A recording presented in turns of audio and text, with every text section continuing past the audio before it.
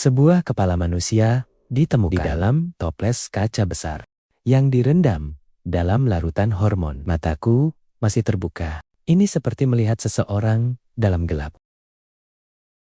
Tubuh berlutut di tengah ruangan kosong. Dia memotong garis manis. Tidak ada darah di seluruh tubuh. Tidak ada sidik jari, tidak ada jejak kaki, tidak ada jejak senjata. Orang mati itu polisi. Setelah lulus dari Akademi Kepolisian, aku ditugaskan ke Regu Kriminal Kota. 3 tahun berturut-turut, aku sudah menangani banyak kasus. Tapi selalu ada duri di hatiku. Ini kasus besar yang terjadi 10 tahun lalu. Pelaku belum ditangkap sejauh ini. Bahkan metode pembunuhan dia tidak jelas. Kasus itu disebut pembunuhan penebusan jiwa. Maka, setiap malam bulan purnama, di daerah kota yang ramai ada mayat perempuan yang mati. Mayat itu tak punya kepala, potongannya tajam, dan hampir tak ada perdarahan. Menurut saksi, mayat itu muncul tanpa terlihat. Pada saat itu, kamera pengintai tak populer. Jadi sebagian besar semuanya tergantung pada kesaksian saksi. Ayahku adalah kapten regu kejahatan. Dia bertanggung jawab atas kasus dengan 11 orang. Dalam tim, ini sudah berlangsung selama lebih dari setengah tahun dan ini sangat lambat. Dalam prosesnya, setiap orang dalam tim berhenti dari pekerjaannya. Pikiran mereka sangat terpengaruh. Mereka bilang, ini bukan perbuatan manusia. Ini iblis. Kasus ini tak bisa diselidiki. Jika tidak, kau akan membuat setan marah. Tapi ayahku tak pernah menyerah. Suatu hari, dia pergi ke tempat kejadian sendirian. Dia bilang, dia menemukan petunjuk penting. Dia menelepon departemen dan meminta bantuan lebih lanjut. Setelah panggilan itu, telepon Anda tidak lagi terhubung. Ketika polisi tiba di lokasi, dia melaporkan. Mereka menemukan tubuh ayahku berlutut di tengah ruangan. Luka di leher rapi, tidak ada darah yang tersisa. Kepalanya diletakkan di vas kaca, transparan direndam dalam larutan FAM. Tidak ada jejak senjata pembunuh di tempat kejadian. Tidak ada sidik jari, tidak ada rambut, bahkan jejak kaki. Setelah ayahku meninggal, kasus itu berhenti. Tak ada lagi insiden serupa yang terjadi pada tahan-tahan berikutnya. Berkas itu ada di dalam ruangan. Kudengar polisi mengutus seseorang untuk mengusut. Tapi, pada akhirnya, tak ada hasil. Sejak itu, tak seorang pun berani menyentuh kasus ini. Setelah lulus, aku bergabung dengan Regu Kriminal Kota D. Karena ayahku mati dalam menjalankan tugas, maka pemimpin itu sangat tertarik untuk mendukungku. Sejak memasuki industri, aku masih diam-diam menemukan kembali petunjuk lama. Berkas kasus telah ditinjau ulang berkali-kali. Tapi, aku selalu kehilangan sesuatu yang sangat penting. Hari itu, setelah membaca ulang seluruh arsip, dan masih belum ada petunjuk, aku keluar dengan sakit kepala yang membara. Telepon berdering. Apakah kau sibuk? Tidak, ada apa, Bibi? Setelah mendengar kata hati, ibuku sakit. Dia bilang, ibuku akhir-akhir ini menunjukkan tanda-tanda beberapa ketidakstabilan mental. Sebelum tengah malam, dia mendengar suara ribut-ribut. Aku terbangun dan melihat ibuku memegang setel pakaian. Lari ke pintu. Gantungkan di kusen pintu, dan nyalakan nazar di bawah. Dia terbakar dan berkata akan kembali. Beberapa malam, seperti itu. Dia bergumam dan bertingkah aneh. Jika kau punya waktu, kembalilah dan lihat keadaan ibumu. Ya, aku akan kembali dalam beberapa hari. Kututup telepon dan kuhela hatinya dipenuhi kemuraman yang tak terkatakan. Orang tuaku sangat menyayangi satu sama lain. Sejak ayahku meninggal 10 tahun lalu, semangat ibuku menurun. Kesehatan makin melemah. Dia tidak akan tinggal di rumah lama yang dulu dia tempati bersama ayahnya. Jadi aku mengirimnya tinggal bersamaku untuk dirawat. Tapi selama bertahan-tahan, dia sedih. Lelah menangis sendirian. Beberapa hari kemudian, di hari yang tepat, aku mengambil cuti bersama pacarku untuk mengunjungi ibuku. Ibuku sangat senang melihat kami kembali. Memasak meja, makan besar, dan tertawa. Itu terlihat benar-benar normal. Aku tidak membiarkan siapapun mencuci piring sendiri. Aku bertanya pada bibiku. Dia bilang, tidak apa-apa di siang hari. Tapi di malam hari, dia bangun dan melakukan hal-hal aneh. Ketika aku bertanya, dia tidak mengingatku. Malam itu, semua orang pergi tidur. Ia berbaring di sebelahku sambil tidur. Dan aku tak bisa tidur. Aku berbaring mendengarkan suara ribit-ribit di dalam rumah. Hatiku dipenuhi rasa tak percaya diri.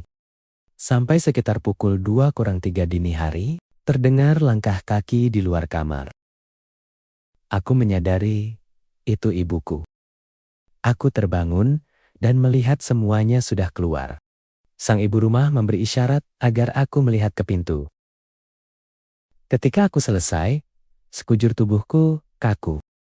Di kusen tergantung jaket seragam ayahku. Di bawah baju itu ada panci batu bara yang terbakar. Ibuku berlutut di depan mulutnya bergumam. Aku akan segera kembali. Ia berlutut persis seperti korban-korban dalam kasus itu. 10 tahun yang lalu, tangan bersedekap di depan dada. Satu-satunya perbedaan adalah ibuku masih memiliki kepalanya. Untuk apa kebetulan saya menggunakan diri saya? Saya ingat apa yang dikatakan polisi saat itu. Kau bukan hantu. Aku dan bibiku menyaksikan ibuku berlutut selama lebih dari 1 jam membakar semua emas. Dia berdiri, membungkukkan jaketmu dan membawa mantel serta panci arangmu ke dalam rumah. Dia menyuruhku tidur dan membicarakannya di pagi hari. Jika tidak baik-baik saja, bawa aku ke rumah sakit. Aku kembali ke kamar dan ternyata dia sudah menghilang. Kukira dia ke kamar mandi, tapi aku tak menemukannya dimanapun. Kuangkat telepon dan kapten menelepon. Subitem baru saja menerima laporan jalur air bunga. Telah terjadi pembunuhan serius. Seluruh tim langsung berkumpul di tempat kejadian. Aku dikejutkan oleh pembunuhan. Aku tak bisa menemukannya. Aku membalas SMS-mu untuk pergi lebih awal. Bergegas ke tempat kejadian, ke saluran air bunga. Dari kejauhan, aku melihat lampu mobil polisi berkedip. Tempat kejadian ditutup. Wartawan diblokir di luar. Aku langsung tahu, ini tidak mudah. Korban ada di alun-alun pusat, di mana orang bolak-balik. Bahkan pada malam hari, ada saksi. Sangat luas, jangkauan blokade. Tak seorang pun kecuali polisi dan forensik masuk. Kalian tak bisa melihat mayat itu dari kejauhan. Orang-orang dan pers penasaran.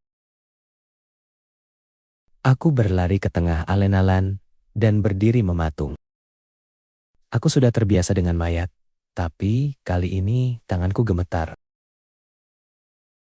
Korban berjenis kelamin perempuan, tak ada kepala, tubuh berlutut di bawah patung pusat. Kedua tangan itu bersedekap di dada, seolah berikrar. Lehernya terpotong rapi oleh benda tajam yang nyaris tanpa darah. Adegan ini persis sama dengan kasus 10 tahun lalu. Wanita yang sama dalam posisi yang sama, bersamaan dengan bulan purnama. Melihat tubuh itu, aku teringat ayahku. Apa yang dia ajarkan pada foto itu? Semuanya kembali dan membuatku tersedak. Kapten bertanya padaku, tidak ada saksi, tidak ada yang melihat pembunuh itu. Tubuh itu muncul siluala, itu wajar. Aku bertanya, apakah ada kamera? Sudah dikumpulkan. Aku mengangguk, mengepalkan tangan. Aku punya firasat ini pembunuh yang sama. Ayahku tidak bisa menangkapnya. Aku harus melakukannya kali ini. Kapten melihat wajah anehku dan bertanya, bagaimana menurutmu? Aku memaksa mulut pembunuhan. Jiwa menebus apa? Tidak, tidak ada. Aku membungkukkan badan untuk melihat tubuh itu lebih lekat. Adalah perempuan-perempuan muda bergaun modern. Aku melihat sekilas baju yang persis seperti miliknya. Jantung berdebar. Aku gemetar, memegang tangan kanan korban. Di pergelangan tangan, ada kalung permata yang terukir sepasang manik-manik. Ada sepucuk surat kecil di sebelahnya. Jari tengah memiliki cincin perak yang tak asing. Aku tertegun. Itu adalah hadiah ulang tahunku tahun lalu. Rancangan satu-satunya sendiri. Kutatap baju pada korban. Tubuh dingin, membeku. Tak mungkin salah lagi. Korban adalah, ya, aku hanya merasakan langit berputar. Dalam hatiku bagaikan batu seberat 1000 pon. Dada begitu berat, hingga aku tak bisa bernapas. Tungkai tubuhnya begitu lemas, hingga ia nyaris terjatuh. Aku terduduk di tanah. Pikiran lebah. Dia menghirup setiap hirup udara untuk mencari kenyamanan. Tapi sia-sia. Lama aku duduk dan tak bisa tenang. Berat mata dada, berbunga rasa mual, tak nyaman, hingga ekstrim. Hari sudah hampir pagi. Tempat kejadian, perkara hampir selesai. Forensik bersiap mengambil tubuh IGD. Aku menjerit dan menghambur memeluknya.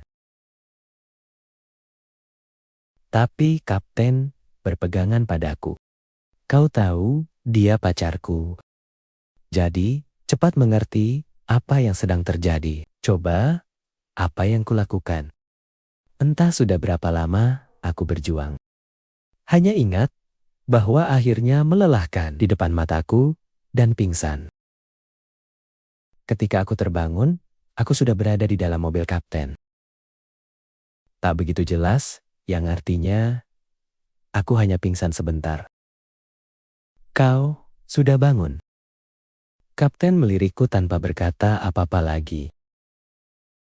Tetap mengemudi. Lihatlah ke arah luar. Aku tahu kau akan membawaku ke rumah sakit. Segera katakan bahwa aku baik-baik saja. Kembalilah ke kantor. Ia menghela napas tak berdaya, memutar balik mobilnya ke kantor polisi. Aku meneleponnya di dalam mobil dan tak seorang pun menjawab. Aku menelepon bibiku dan memberitahunya bahwa ia belum pulang.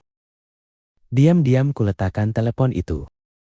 Harapan terakhir dalam hatiku mati. Kapten mengisap dan memberiku sebatang rokok.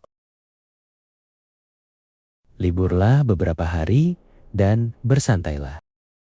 Mengajakmu dan ikan asin kecil untuk mendengarkan rangkaian kode mayat. Aku bersalah karena mendengarkan keseluruhan cerita di YouTube. Ikan asin kecil di dunia bawah. Dengarkan cerita di saluran. Kalian sudah berkontribusi pada dukungan kami.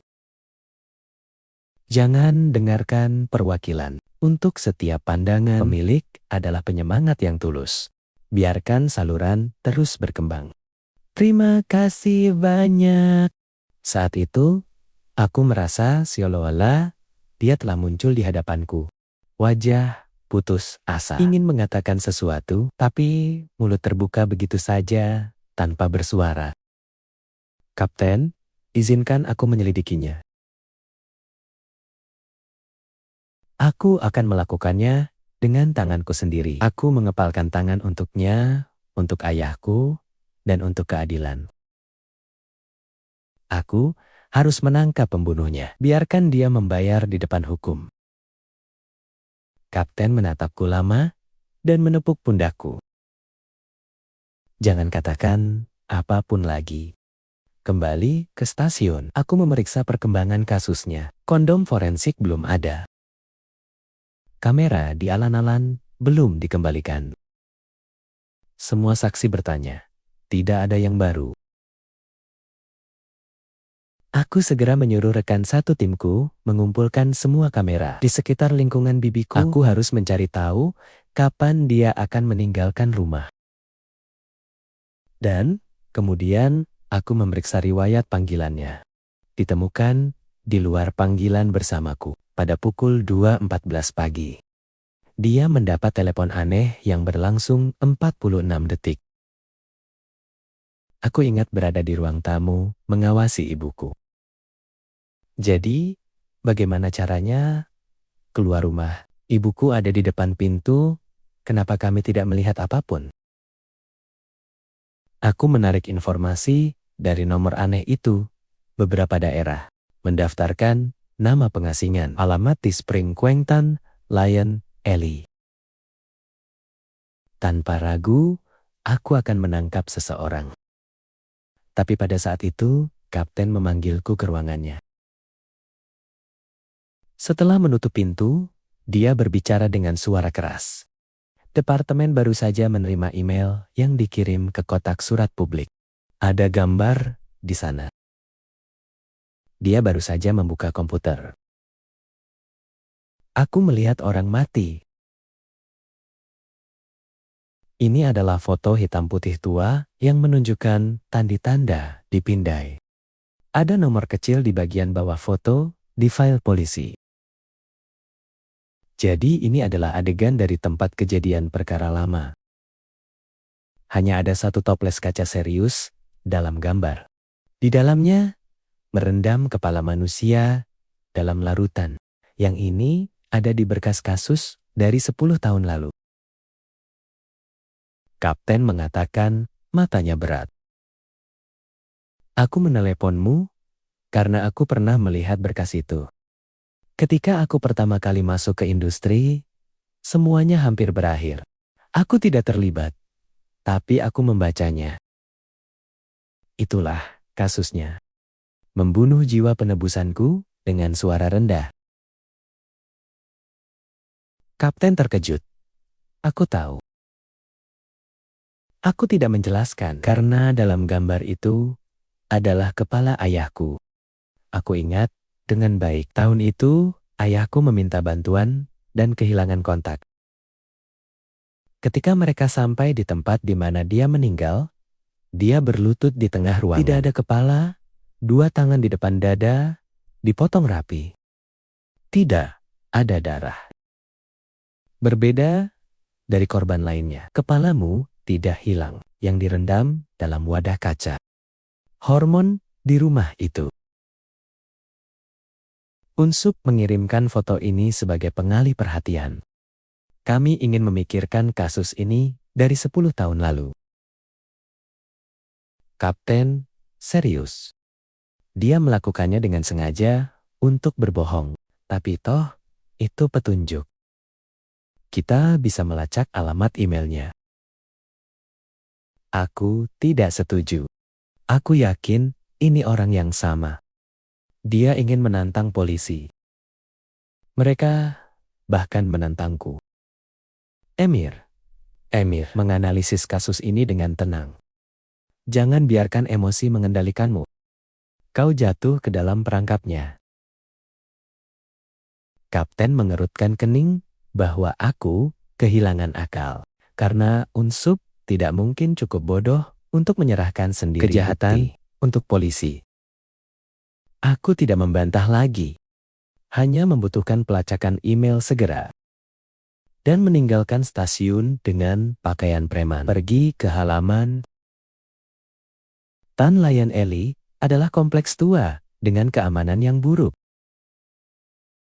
San Kuang adalah gedung apartemen yang dibangun pada akhir abad terakhir. Tidak ada pengawasan. Siapapun bisa masuk. Saya merasa tidak aman karena itu membuat penyelidikan menjadi 2 kali lipat sulit. Saya tidak pergi ke pengasingan, pergi ke kantor manajer distrik. Menunjukkan kartu polisi. Staf pencarian baru saja mengeluarkan tumpukan berkas yang berdebu. Sudah dipastikan bahwa seseorang dengan nama militer telah tinggal di sana selama 5 tahun. Tapi mereka mengatakan catatan itu belum diperbarui. Tidak yakin dalam 2 apakah tahun dia masih di sana. Saya ingat pernah mengalami gejala mental. Mereka bahkan pernah berkunjung. Saya pergi ke rumah pengasingan. Pintu ditutup dan saya mengetuk dan tidak ada yang menjawab. Televisi menggema di dalam. Mendorong pintu masuk ke dalam kebisingan televisi. Ruang tamu berantakan. Perabotan. Di sofa. Seorang pria duduk menatap TV. Mulut bergumam. Mati, dan mati, dan mati lagi. Orang ini berumur sekitar 30 tahun, rambut panjang kusut kumis berdengung. Baju kotor, bau tak sedap. Aku sudah lama tak mandi. Ia pasti pengasingan. Ia sama sekali tak bereaksi ketika melihatku. Tetap tapaki kakimu di layar. Mulut mengulang, ia mati. Aku meneleponnya dan tak menjawab. Aku menelepon nomornya. Bel berbunyi dari telepon itu sendiri. Di kursi. Kudengar bel ia menembakku. Mata panik kembali berbalik berteriak. Jangan bunuh aku. Jangan bunuh aku. Hatiku terpuruk, orang ini punya masalah. Aku memakai sarung tangan dan mengangkat telepon. Untuk dibawa kembali untuk pengujian dan berubah pikiran, cukup tempelkan selotip untuk sidik jarimu, membuka log panggilan dan pesan kosong. Tiba-tiba, tentara berteriak dan bergegas. Aku minggir. Ia menjerit. Kau datang untuk membunuhku. Kau datang untuk membunuhku dan menyelamatkanku. Takut menyesatkan tetangga. Aku segera pergi dengan sidik jariku. Lalu aku mengetuk pintu tetanggaku dan bertanya tentang dia. Mereka bilang dia mengacaukan TV sepanjang waktu. Berjalan menyusuri lorong pada tengah malam. Dia hanya berkata, mati dan mati. Apakah dia selalu seperti itu? Aku sudah di sini selama 2 tahun, setiap hari. Aku bertanya, apakah ada orang yang datang mencarinya? Rumahnya tak pernah ditutup. Siapapun yang masuk tak tahu. Aku mendengarnya bicara setiap malam. Rasanya seperti bicara, tapi dengan seseorang. Aku belum pernah melihat orang benar-benar datang. Ketika aku bertanya pada mereka, jawabannya sama. Semakin aku merasa dalam hati bahwa ada sesuatu yang salah. Tapi, aku tak bisa mengatakan apa itu. Jika tentara benar-benar gila, Panggilan semalam pada Iggy. Mungkin itu bukan dia. Jika seseorang menggunakan ponselnya, mereka akan meninggalkan sidik jari. Aku membawa sidik jariku kembali pada tim. Ditugaskan pada bagian rekayasa referensi. Sekaligus meminta kapten mengikuti pengasingan. Selesai hari gelap. Pemeriksa belum mengirimkan hasilnya. Kamera persegi rusak sedang dipulihkan. Semua kamera di sekitar rumah bibiku yang kubawa kembali. Tapi aku tak menemukannya ketika ia pergi. Semua petunjuk terhalang. Kasusnya tak bergerak maju. Aku pulang dan berbaring di tempat tidur, tak bisa tidur. Di kepalanya ada siluet senyumnya dan suaranya. Bahkan kupasangkan cincin kawin padamu bulan lalu. Tapi kini kau pergi selamanya. Mata pedas, air mata membasahi pipiku. Tiba-tiba aku mendengar suara ribut-ribut. Segera teringat ibu. Seharusnya aku membawanya ke rumah sakit untuk pemeriksaan. Tapi kasusnya membuatku tertunda. Aku keluar pelan-pelan, tentu saja. Ibuku sedang berlutut di depan pintu, membakar uang kertas. Jika kau pergi, kenapa belum juga kembali? Gerutuannya membuat punggungku dingin. Dia menunggu siapa yang pergi, siapa yang kembali. Bahkan, aku yang selalu tenang menggigil saat ini. Aku akan pergi dan bertanya padamu. Lalu, ponselku berdering. Aku menarik keluar dan melihat seluruh tubuhku menegang dan menghapus air mataku. Aku melihat ke arah yang salah. Di layar jelas, siapa Jang menelepon? Bagaimana mungkin? Ponsel Yahi ditemukan di Waterflower Boulevard. Sudah dikirim ke forensik untuk evaluasi teknis. Bagaimana seseorang bisa menggunakan telepon? Bisakah kamu meneleponku darinya? Tiba-tiba, aku melihat ada yang tidak beres. Tegakkan kepalamu. Aku langsung ketakutan. Ibuku tidak tahu kapan sedang berdiri tepat di depanku, hanya menatapku. Ibu-ibuku tiba-tiba tersenyum lagi. Di ruang tamu, tanpa lampu menyala, hanya ada kerlip cahaya dari tempatnya membakar uang kertas di pintu dan cahaya samar dari layar ponsel. Membuat senyumnya terlihat terdistorsi dan mengerikan. Menemukan gadis itu dan mengangkat telepon. Setelah selesai, dia berbalik dan masuk ke kamar. Bahkan, panci batu bara di depan pintu pun belum. Ponsel di tanganku masih menabur. Aku belum sempat berpikir banyak. Kutekan tombol dan menempelkannya ke telinga seperti tak mengatakan apapun. Ujung telepon sunyi. Tak satu pun dari kami angkat bicara. Panggilan berlanjut, tapi tak ada suara sama sekali. Itu hampir 2 menit. Dalam stetoskop baru, terdengar 2 suara senada. Ini seperti seseorang meniupkan udara ke mikrofon. Lalu seorang cowok malah menyeringai parau. Suara bergema dingin itu diproses secara khusus. Aku tidak tahu apakah itu laki-laki atau perempuan. Aku tidak bisa menebak umur. "Siapa kau?" tanyaku dingin. Dia menjawab dengan suara aneh.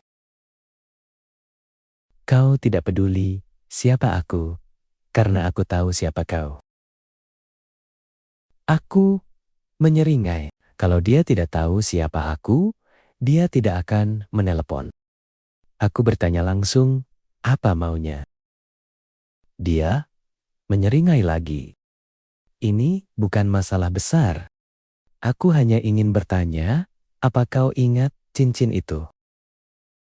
Seluruh tubuhku langsung menegang. Tentu saja dia membidikku. Cincin itu adalah nama ayahku. Orang itu jelas memprovokasi. Mereka bahkan memperingatkanku. Kaulah yang melakukan kejahatan 10 tahun lalu. Aku pasti akan menangkapmu. Aku hampir berteriak dengan amarah membara. Aku hanya berharap dia berdiri di depanku untuk bisa mencabik-cabiknya. Dia tertawa dingin. Ini hanya sedikit kompensasi atas apa yang dibicarakan Raja Alam. Dia melakukan ini pada kami tahun itu. Dia tidak bisa membayarnya sekarang. Tentu saja. Anaknya harus membayarnya. Apa maksudmu? Aku berteriak, tapi ujung telepon terputus. Aku bernapas kencang, berusaha tetap tenang. Menganalisis setiap kata yang dia ucapkan.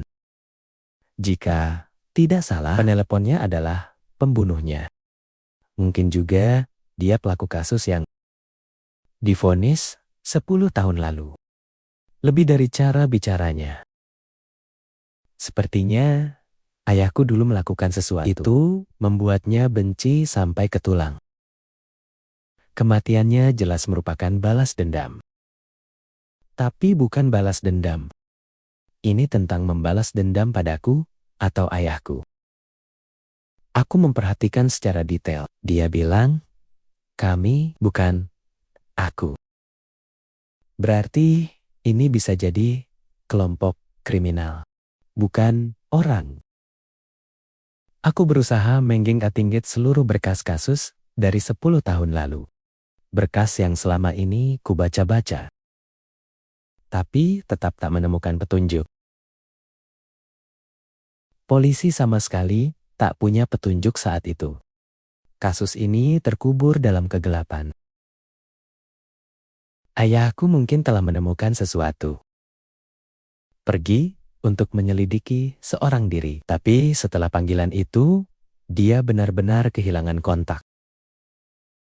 Aku tidak bisa menemukan sesuatu yang spesifik dari arsip itu. Tiba-tiba, aku teringat pada ponsel pemeriksa medis itu jelas ada di ruang forensik. Bagaimana mungkin seseorang menghubungiku di nomor itu? Pasti ada masalah. Bahkan, peneleponnya mungkin ada di kantor polisi sendiri. Aku langsung berlari keluar rumah. Lari saja dan hubungi kapten. Laporkan secara singkat semuanya. Kapten bilang, dia akan semua orang di tim pergi ke stasiun. Menyuruhku datang segera. Rumah bibiku jauh. Butuh waktu setengah jam lebih untuk sampai ke sana. Ketika aku sampai di sana, semua orang sudah berkumpul lengkap. Kapten mengerutkan kening dan menggelengkan kepalanya dan tidak bisa menangkap siapapun. Ini hampir tengah malam. Pemeriksa medis sedang lembur. Sekarang sudah hilang. Labnya masih menyala.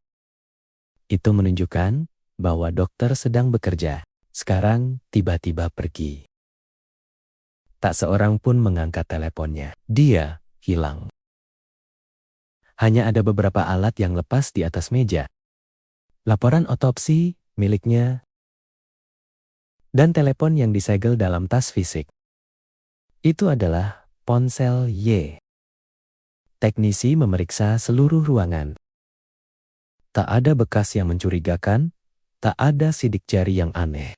Tak ada tanda-tanda bahwa benda itu benar-benar kosong. Mungkin dokter itu menelepon dirinya sendiri. Aku akan mengambil laporan otopsi, tapi begitu membukanya, aku berlari masuk. Kapten, pengawasan tak menunjukkan siapapun. Bahkan, dokter meninggalkan gedung.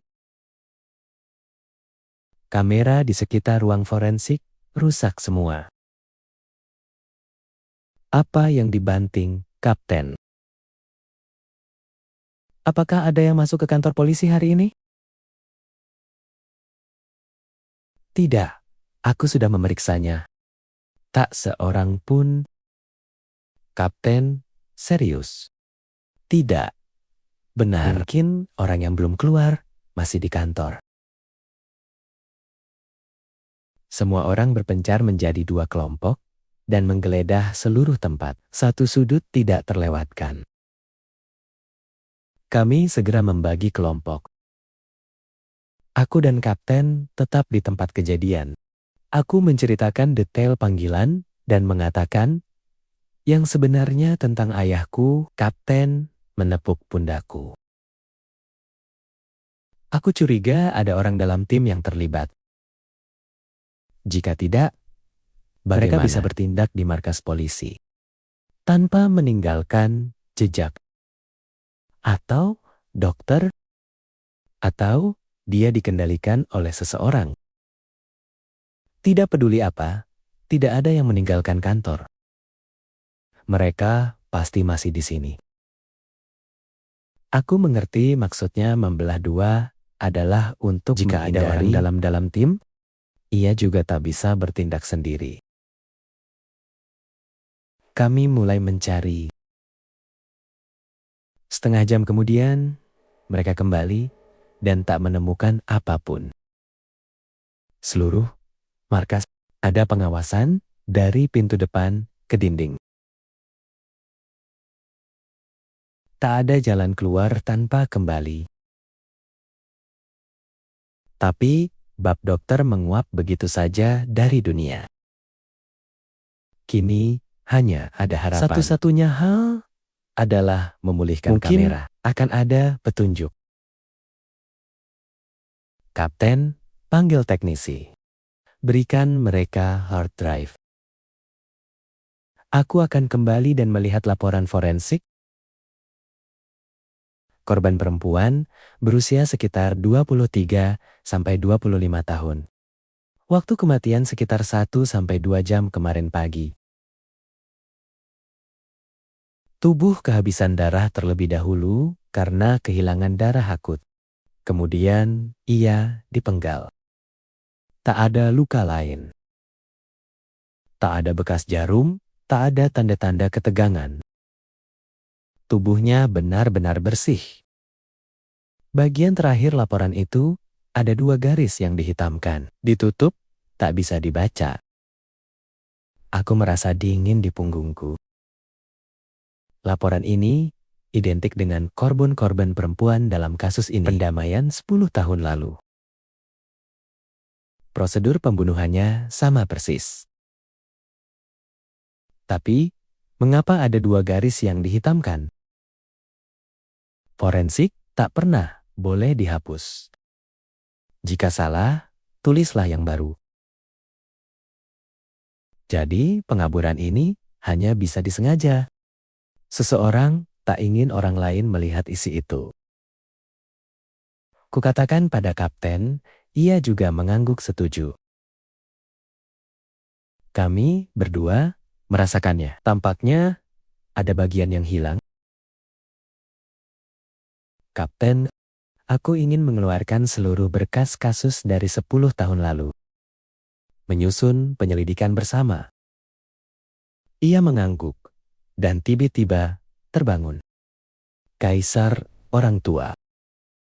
Kalian berdua pergi memeriksa semua kamera di sekitar markas. Bahkan kamera sipil pun tak ada yang hilang.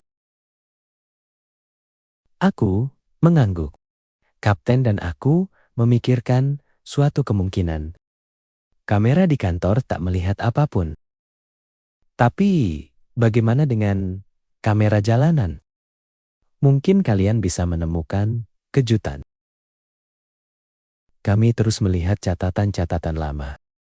Tapi aku masih tak melihat aturan apapun. Korban dipilih secara acak. Mereka tak ada hubungan satu sama lain. Tak ada motif yang jelas. Seolah-olah Unsup hanya membunuh karena ia suka. Tapi aku tahu, tak mungkin sesederhana itu. Dari perencanaan yang canggih, dia sangat cerdas dan tenang.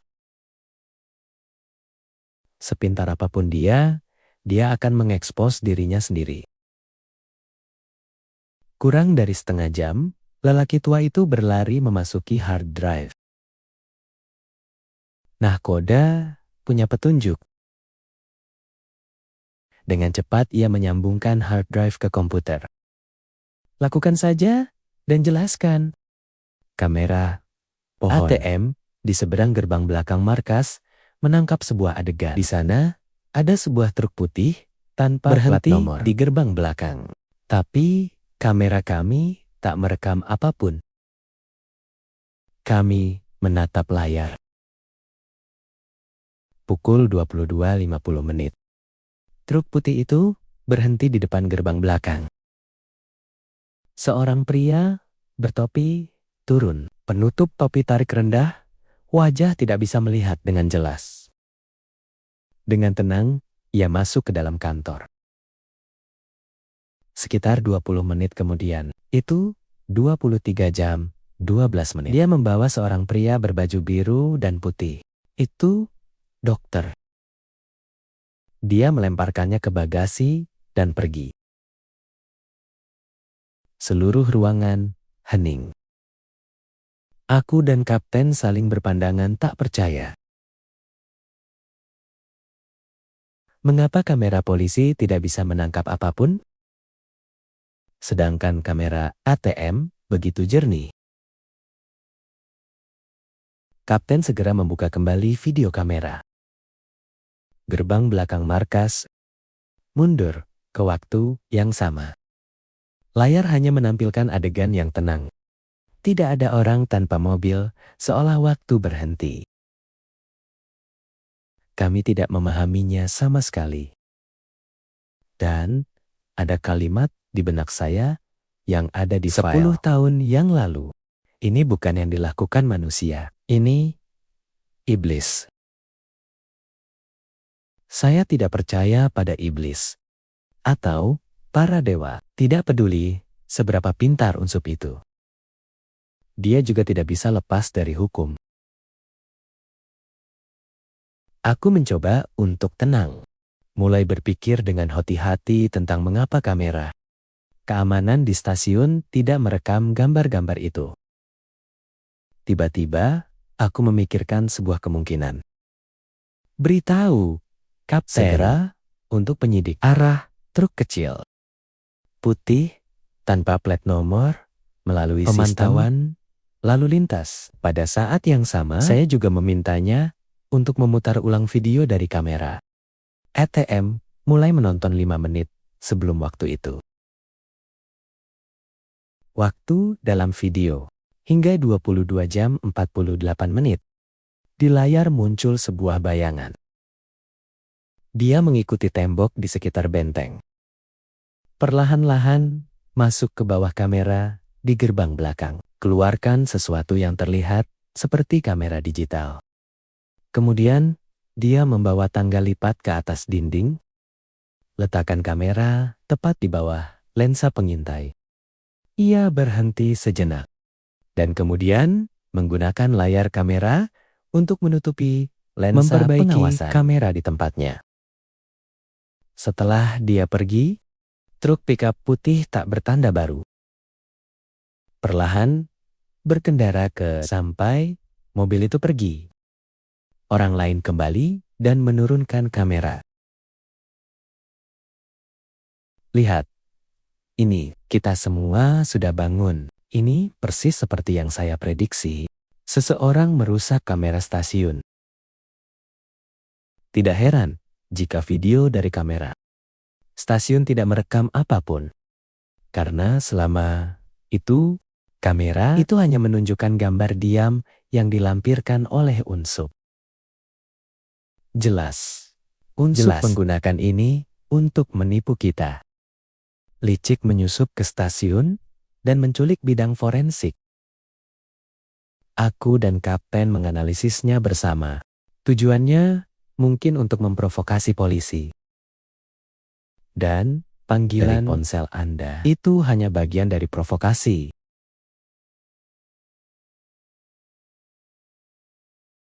Karena cara aktingnya yang teliti, kehati-hatiannya, kita dapat melihat bahwa Unsup bukanlah seorang psikopat.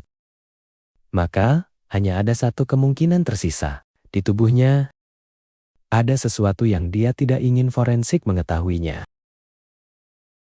Saya langsung memikirkan dua garis yang gelap pada laporan otopsi.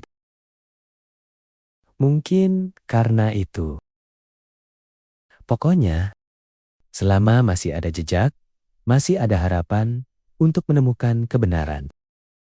Jenazahnya masih diawetkan di lemari es laboratorium forensik. Kapten dan saya bergegas ke sana. Namun saat membuka lemari, mereka tercengang. Freezer terbuka. Di dalam kosong, tubuh hilang. Ya, hatiku tiba-tiba sesak dan aku tertegun. Aku tidak berguna. Kau tak bisa melindunginya saat dia masih hidup. Sekarang bahkan mayat diambil. Aku akan menangkapmu. Aku menabrak dinding dengan keras. Dalam hati yang penuh kebencian dan rasa sakit yang berat, sampai merasa tercekik. Pada saat itu, seorang rekan datang berlari dan memberitahu mereka sistem pemantauan lalu lintas dan mencari tahu arah truk pickup. Mobil terakhir difilmkan di barat kota. Lari ke pinggiran kota. Tapi, kemudian di stasiun pemantauan berikutnya, mobil tidak lagi muncul. Jalan ini tidak memiliki belokan. Hanya ada satu gudang yang ditinggalkan. Itu berarti mobil mungkin berhenti di rumah. Aku segera menenangkan diri. Ini bukan waktunya berduka. Entah demi ayahku atau demi keadilan. Aku harus menangkap pembunuhnya. Dia meninggalkan jejak. Cukup. Saya hanya harus memberitahu kapten dan segera pergi bersama pria tua itu ke gudang itu. Saat itu, pagi hari ketika kami meninggalkan stasiun. Seperti awan hitam tebal. Tidak ada sinar matahari. Saat kami mendekati gudang tua di pinggiran, langit mulai hujan. Gerbang besi karat setengah tertutup. Dikelilingi tembok rendah di sekitar gudang. Sunyi. Orang tua itu dan saya parkir di luar dan mendorong pintu masuk. Saat memasuki gerbang, aku langsung berhenti. Kilatan petir di langit. Orang tua di sebelah diancam gemetar. Wajahnya pucat. Ada truk pickup putih tanpa plat nomor di depannya. Mata kita, seluruh gudang, sudah mati. Di depan setiap pintu, tergantung sepasang lentera kertas putih bergoyang tertiup angin, melihat orang-orang mengangkat rambut mereka. Di depan pintu depan, ada figur kertas besar. Hampir sama dekatnya, dengan tapi tidak ada kepala. Leher boneka itu diwarnai merah oleh cairan tambal sulam. Sepertinya darah dari kepala yang terpenggal. Aku membungkuk untuk menciumnya. Kata yang berat adalah darah asli. Darahnya belum membeku.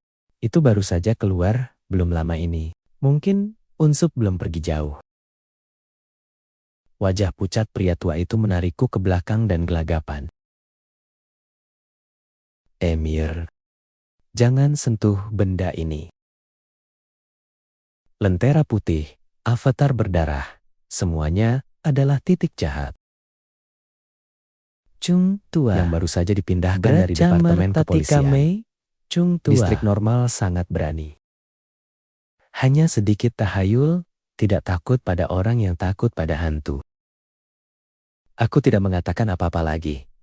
hanya menjawab dengan dingin, "Aku tidak percaya hantu. Hanya ada hukum di dunia ini.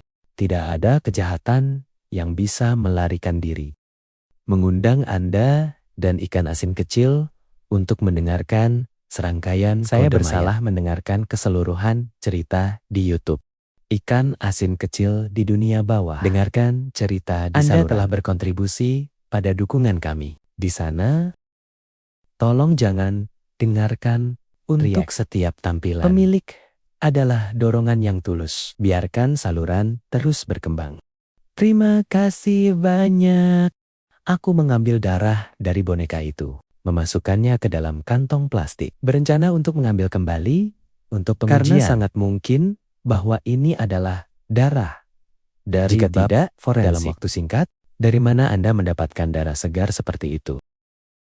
Truknya masih ada. Aku mengeluarkan pistolku dengan hati-hati.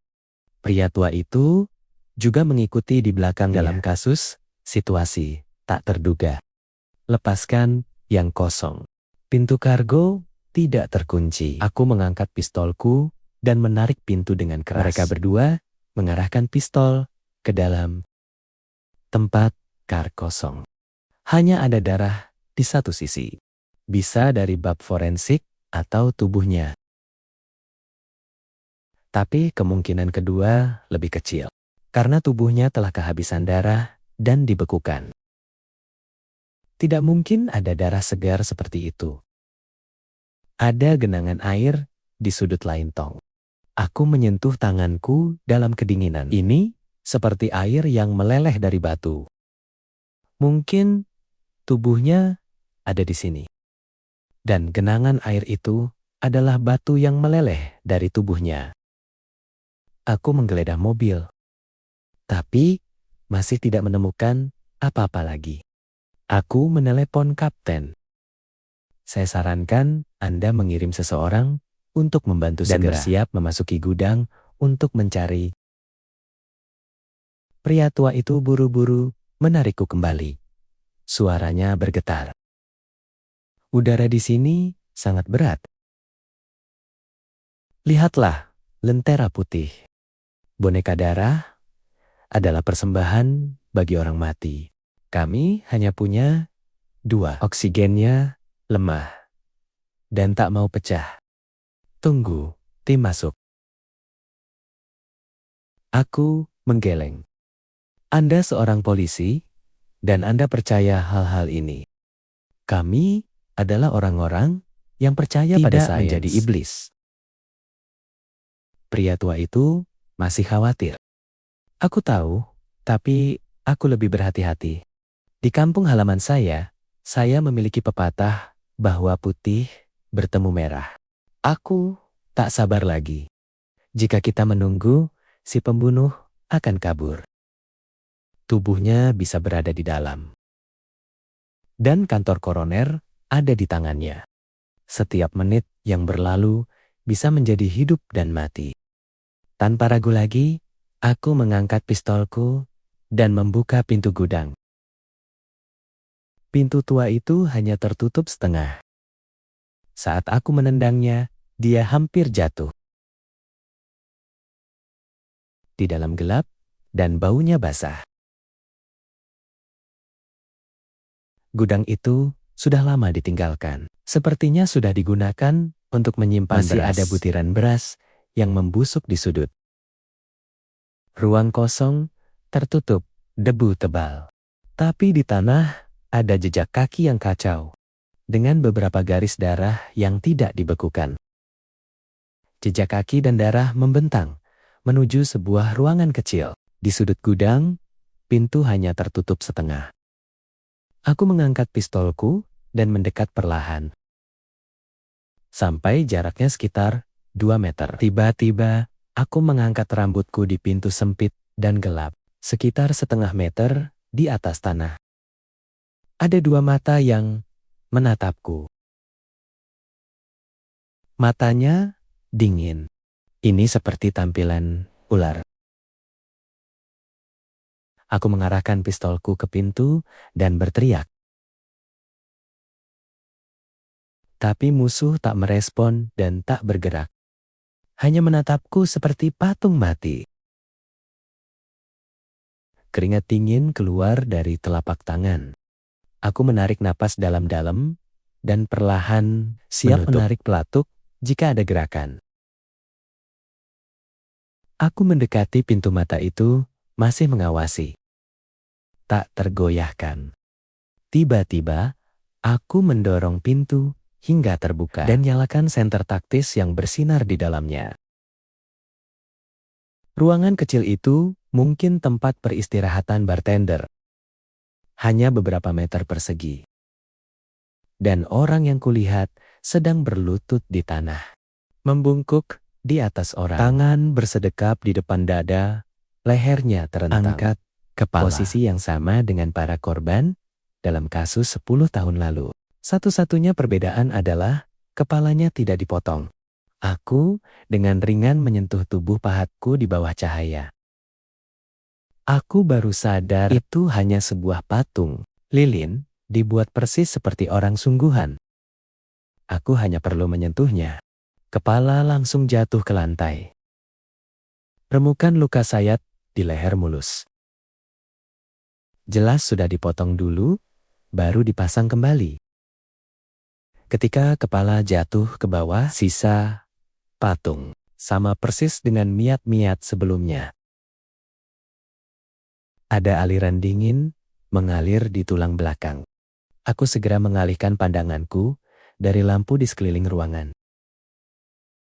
Ada jendela tapi tertutup kain hitam. Membuat ruangan menjadi gelap. Kutarik kain dan cahaya kelabu masuk. Ada air di pintu. Mungkin Unsup membawa tubuhnya kemari. Lalu keluar lewat jendela. Kamarnya kosong. Hanya ranjang kayu busuk dan meja tua. Dekat jendela. Lantainya berdebu. Tapi ada jejak darah setengah tembaga yang sama. Kutemukan tempat ini familiar. Tampaknya pernah melihatnya di suatu tempat sebelumnya. Lalu kusimpan di sinilah ayahku ditemukan 10 tahun lalu. Berkas penyelidikan dengan jelas menyatakan mayat ayahku ditemukan di gudang makanan Mawar Nasional. Kepalanya dipenggal dan diletakkan di vas kaca. Di atas meja. Kuhirup dalam hatiku yang berat. Pada saat itu, di depan mata aku melintas di bawah tempat tidur. Ada tangan. Kupikir seseorang bersembunyi di sana. Kuturunkan pistolku dan melihatnya. Tapi, apa yang kulihat membuat kulit kepalaku mati rasa. Tak ada siapapun di bawah tempat tidur. Hanya 2 tangan pria berdarah yang dipotong.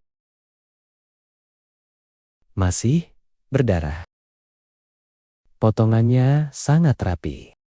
Seperti tebasan di leher korban-korban lainnya. Buktikan bahwa ketika tersayat, korban masih hidup. Kukumpulkan kedua tanganku dalam tas penyimpanan yang berat seperti timah. Forensik mungkin punya sesuatu yang salah. Pada waktu telepon yang kutanam adalah kapten yang menelepon. Menemukan bab dan suaranya serak. Kedua tangan terputus. Tak sadarkan diri, dibawa ke rumah sakit gawat darurat. Ketika mendengar itu, aku langsung mengerti. Tangan-tangan itu, tentu saja, adalah tangan koroner. Aku akan memberi pengarahan pada kapten tentang situasinya dan bertanya, apakah dokter itu dibawa ke rumah sakit mana? Aku harus membawa tangan ini ke sana, sekarang. Berdasarkan seberapa baik pembekuan darah, kurasa waktu belum lama. Masih bisa disambung kembali. Aku juga bertanya, apakah mayat anak itu telah ditemukan? Dia bilang, tidak. Dokter itu ditemukan di jalan ke gudang untuk bala bantuan di pinggir jalan. Daerah sekitarnya telah digeledah, tapi tak ada petunjuk tentang Unsup. Tak ada jejak tubuhnya. Ketika aku keluar dari gudang, wajahmu putih.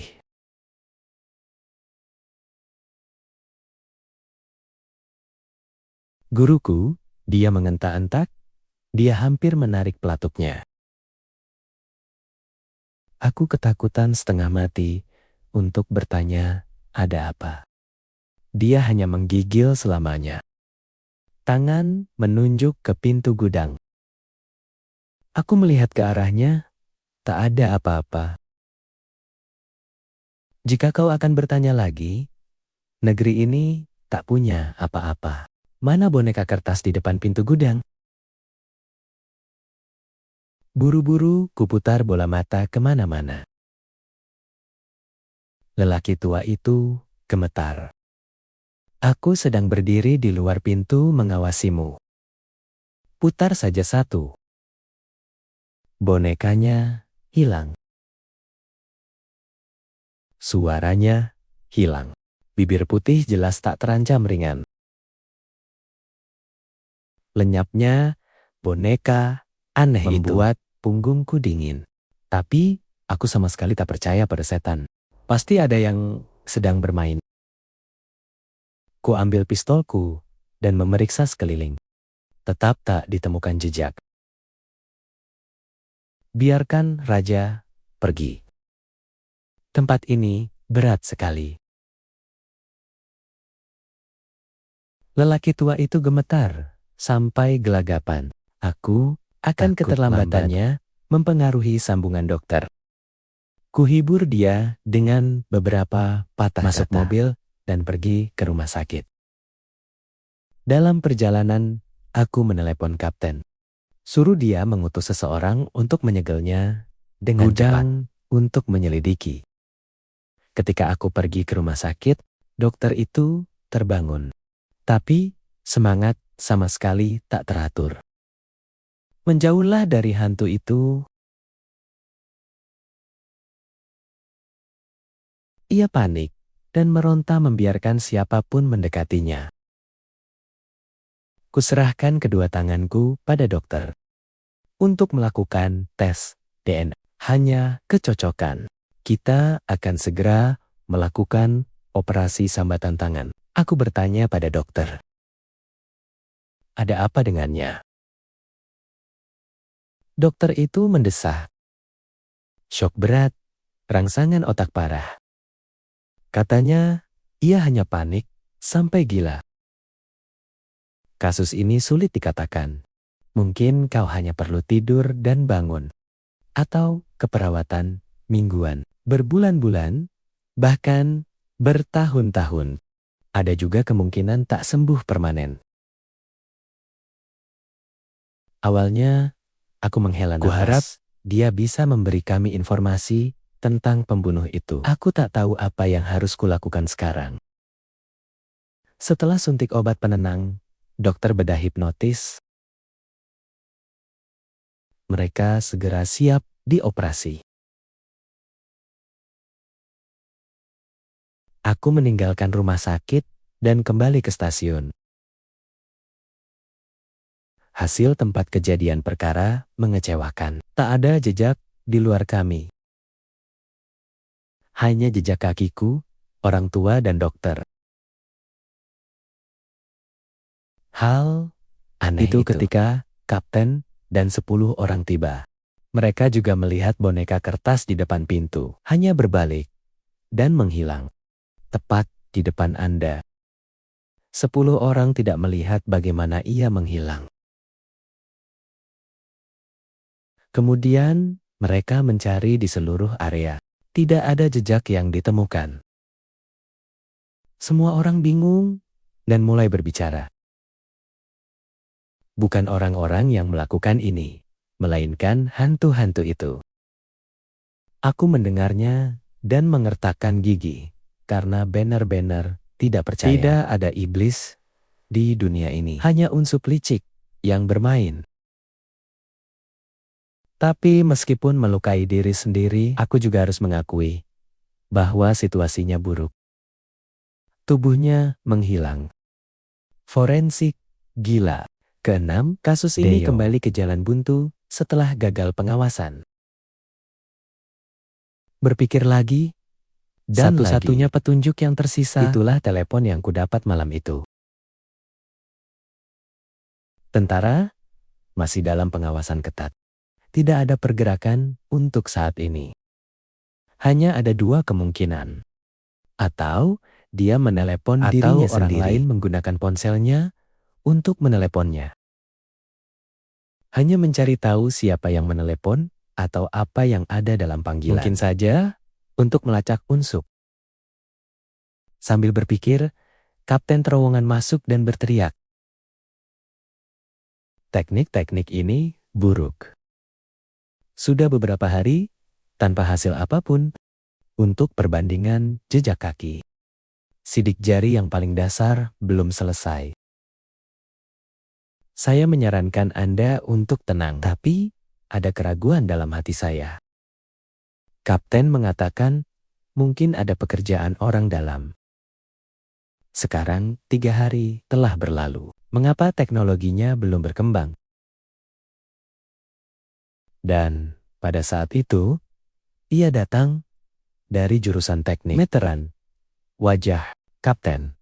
Apakah kau kehilangan model sidik jarimu terakhir kali?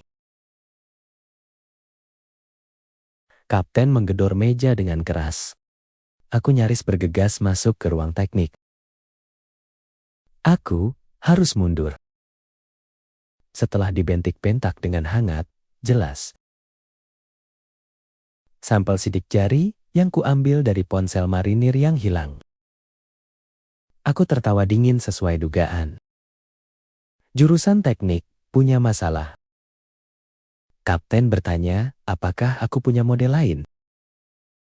Aku menggeleng dan mengatakan, sudah disampaikan. Tapi, aku benar-benar menyimpan sebuah paragraf dengan sidik jari lain. Kubawa pulang, pisahkan sendiri sampelnya, dan kukirim ke teman di sekolah yang sama. Polisi sekarang, polisi kriminal di kota lain. Tak sampai 1 jam ia menjawab. Ada 2 orang di sidik jari. Satu dengan yang lain adalah yang lain. Tentu saja, tentara hanyalah kedok. Seseorang lain menggunakan ponselnya untuk meneleponnya. Jika kita menemukannya, kasus ini akan terpecahkan. Aku sedang berpikir. Telepon berdering. Pengawas pengasingan. Aku buru-buru mendengarkan. Ada apa dengan orang tua itu? Ujung telepon sunyi. Aku hanya bisa mendengar tarikan napas berat. Lauli. Aku menelepon beberapa kali lagi. Suaranya bergetar. Kasus ini tak bisa lagi diselidiki. Jangan diselidiki lagi. Ada hantu sungguhan. Apa katamu, orang tua? Hatiku sesak. Sesuatu pasti telah terjadi. Telepon belum dimatikan, tapi tak ada suara apapun. Kuraih telepon dan berlari ke bawah dengan mantelku. Berani tak mematikan mesin, takut kehilangan suara apapun. Di tengah kekacauan itu, ia pasti punya masalah. Dahulu, ia seorang pria yang tangguh dan materialistis. Mengapa katamu, ada hantu? Apa yang akhirnya dilihatnya? Baru saja membuka pintu mobil, ujung telepon yang lain terengah-engah. Suara menggosok telinganya, lalu ia diam, lalu ia menutup telepon. Aku takut ada orang di sana. Mungkin pembunuhnya. Kalau memang begitu, berbahaya. Kutendang pedal gas, langsung ke garnisun. Di lantai bawah mobil lelaki tua itu masih di sana. Dengan hati-hati aku masuk ke dalam, Tak ada seorang pun. Hanya ada beberapa bungkus junk food yang tak enak. Pintu mobil yang terkunci berarti ia keluar dari mobil. Tidak langsung ditangkap. Itu berarti ia aman saat meninggalkan mobil. Kudongakkan kepalaku ke jendela rumah buangan. Tarik napas dalam-dalam dan berjalan menaiki tangga. Setengah jalan menaiki tangga, aku sampai menempel di dinding. Pegang pistol di tanganmu. Pintu tentara ditutup. Hanya ada televisi di dalam rumah. Kudorong pintu hingga terbuka. Bahkan tentara pun tidak. Melihat keluar jendela bukanlah apa-apa. Aku berbisik pada kapten. Lalu bersiap untuk pemeriksaan lebih dekat. Tiba-tiba terdengar suara gemerisik di kamar tidur. Dan pintu kamar yang terbuka telah tertutup sejak itu. Aku segera mengangkat pistolku dan mengarahkannya ke arah itu. Mengunci pintu depan dan mendekat. Sekrup tangan dikunci handle pintu. Aku mundur 2 langkah dan menghentakkan kaki keras-keras. Pintu keluar kosong. Saat itu juga gemerisik datang dari lemari di belakangku.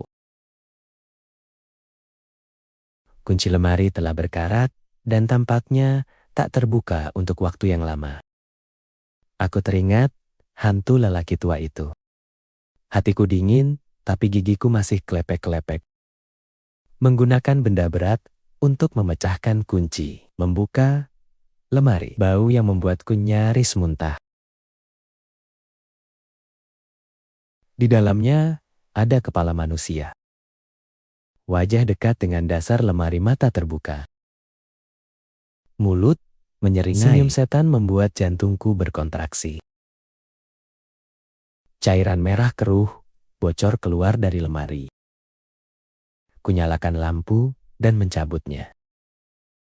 Adalah orang yang nyata.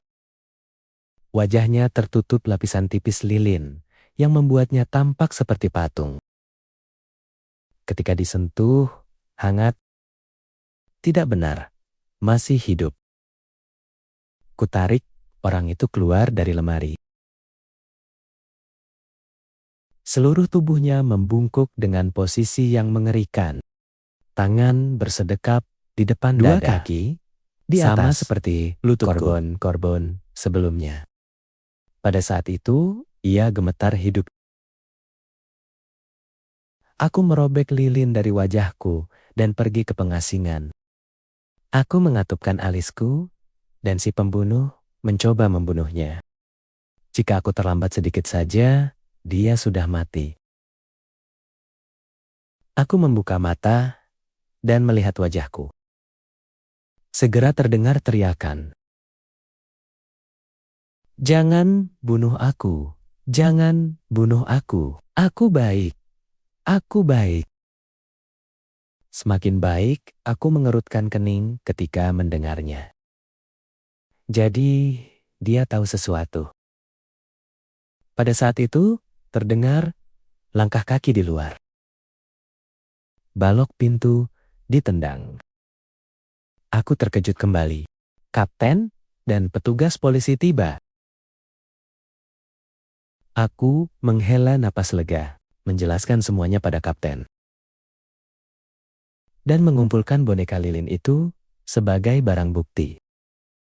Aku juga mengatakan pada kapten bahwa pengasingan mungkin tahu sesuatu. Tapi dia mengalami serangan panik yang parah. Menawarkan dia untuk membawanya ke rumah sakit untuk perawatan dan mengirim seorang penjaga keamanan. Kapten dengan cepat setuju. Dia mengirim pasukan ke rumah sakit. Dan aku tinggal di rumah itu. Terus, melihat, bisakah kita menemukan petunjuk lagi? Aku melihat dengan seksama ke seberang ruangan.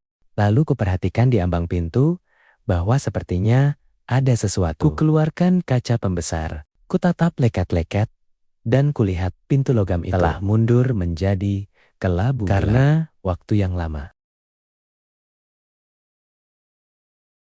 Gunakan kaca pembesar, dan kau akan lihat itu mungkin darah. Kugunakan kapas dengan hati-hati. Darahnya belum lama beku. Mungkin itu milik Unsub. Aku langsung bersemangat. Cepat-cepat segel spesimen itu. Lalu aku kembali ke kamar tidur. Aku sudah mencurigai militer sebagai pembunuh sebelumnya. Tapi sekarang tampaknya ia mungkin memegang petunjuk-petunjuk penting. Itu bahkan berhubungan dengan kasus 10 tahun lalu. Posisi berlutut. Apa sebenarnya maksud benda aneh itu? Sangat terobsesi. Aku masuk ke kamar tidur kali ini dengan lebih tenang. Baru ditemukan di kamar di luar lemari dan meja lama. Ya, tak ada yang sepadan. Kamar sebelah hanya memiliki satu tempat tidur. Seluruh apartemen itu kecil. Seperti orang-orang terburu-buru masuk dan tak menata ulang. Tak dapat menemukan apapun lagi. Aku pergi mengunjungi tetangga, melihat apakah mereka mendengar suara berisik. Tetangga itu berkata, kecuali seorang polisi yang bergegas naik ke lantai atas. Aku tak bisa mendengar apapun. Polisi adalah polisi. Aku menanyakan waktu dengan hati-hati. Hanya beberapa menit sebelum aku mendapat telepon, aku mengerutkan kening. Hanya dalam beberapa menit yang singkat. Mengapa ia panik dan menghilang tanpa jejak? Seperti itu. Hari mulai gelap dan aku sedang mengemudi kembali ke stasiun. Kapten, tampak berat di wajahmu. Itu membuatku merasa ada yang tak beres. Katanya, tetua hilang. Memeriksa kamera apartemen.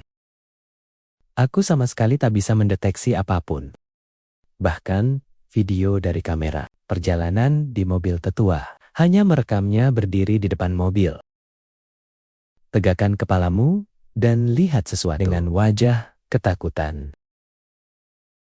Untuk hilangnya tetua yang aneh.